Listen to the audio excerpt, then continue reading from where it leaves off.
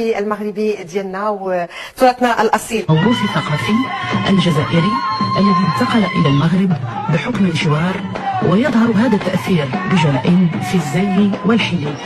دونك مثلا بحال اللبسه سميره بحال هذه كنا كنديروها كانت العروسه كتلبسها مثلا. يعتبر الزي القسطنطيني من افخر الازياء، تشبه ازياء الاحتفال بالزواج بالشرق المغربي نظيرتها بالغرب الجزائري.